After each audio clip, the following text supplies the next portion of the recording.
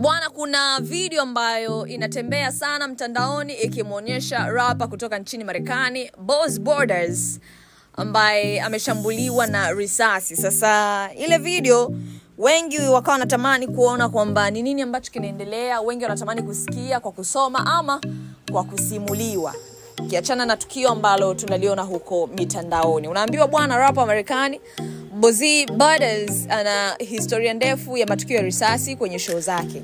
Kwani usiku wa kuamkia leo Jumanne, tukio kama hili limejirudia tena kwenye show yake huko Akron, Ohio, ambapo risasi ilifyatuliwa kwenye tamasha lake na kusababisha majeruhi watatu, huku wawili hatarini kupoteza maisha. Sio mara ya kwanza kwa matukio kama haya kwenye show za rapper huyo, lakini pia mtuhumiwa bado hajabainika, lakini polisi walikimbilia kituo cha Cleveland 19 kwa shambulio hilo lilitokea baada ya ugomvi. Na hata hivyo sio mara ya kwanza kutokea kwa shambulizi la risasi katika show ya rapper huyo, kwani Agosti 2024 wawili waliuawa kwenye onyesho lake lililofanyika huko mjini Lower, huku Boss akidai kuwa hajui chochote kuhusiana na matukio hayo ambayo yanaendelea. So nilizani kama ulikuwa unatamani kusikia ni nini ambacho kinaendelea, basi hicho ndicho ambacho kinaendelea, na sio mara ya kwanza kwa rapper huyo kufanyika kwa matukio kama hayo akiwa stage, akiwa anafanya show. So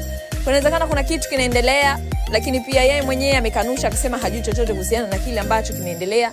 Zaidi ya yote amepigwa risasi. Yeye pia alikuwa ni mmoja kati ya watu ambao wameshtuka na kuanza kukimbia, kuacha stage, na kukaendelea kuwa na mkanganyiko kwa mashabiki kukimbia huku na kule, kila mtu akijaribu kuokoa nafsi yake. Mimi naitwa Katie, the air personality, na hii ni Stein TV.